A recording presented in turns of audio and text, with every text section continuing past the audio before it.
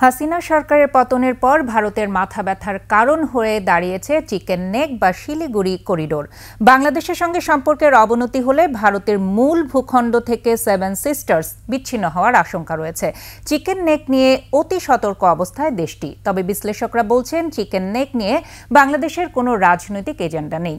ভারত আগ বাড়িয়ে কিছু না করলে এটা নিয়ে শঙ্কিত হওয়ারও কোনো কারণ নেই। বিস্তারিত সঞ্জয় অধিকারী রিপোর্টে।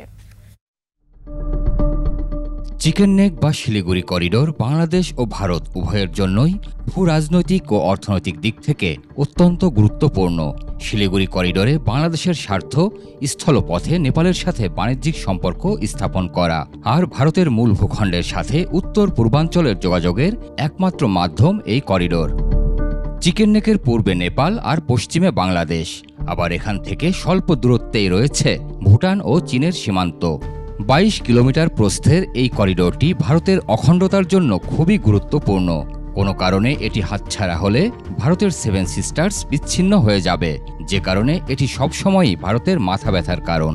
তেঁতুলিয়ার সামনে দিয়ে যে একটু চিকন জায়গাটা চলে গেছে তাদের আসামের সাথে কিংবা অন্যান্য রাষ্ট্রের সাথে, রাজ্যের সাথে, আমাদেরই হলো স্ট্র্যাটেজি, হলো মিলিটারি স্ট্র্যাটেজি হলো, ইন্ডিয়া যদি উল্টাপাল্টা করে আমাদের সাথে, আমরা সরাসরি গলা কেটে দিব, তাদের চিকেন নেকটা কেটে দিব।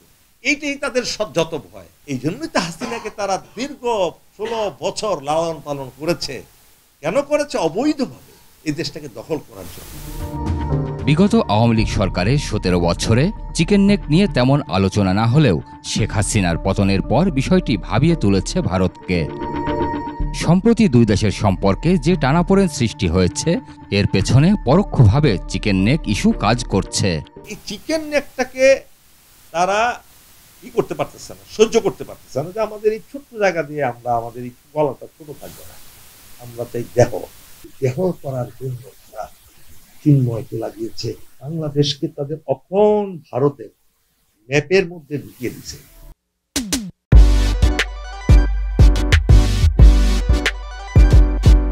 বিশ্লেষকেরা বলছেন, ভারতের সাথে ভূমি সংক্রান্ত যেসব বিরোধ ছিল তার অধিকাংশই ছিটমহল বিনিময়ের মাধ্যমে সমাধান হয়েছে।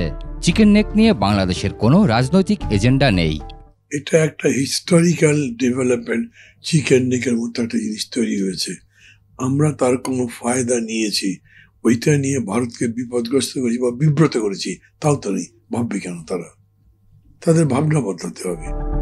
বাংলাদেশ নিয়ে ভারতের একদল কেন্দ্রিক মানসিকতা থেকে বেরিয়ে আসা উচিত বলে মত বিশ্লেষকদের।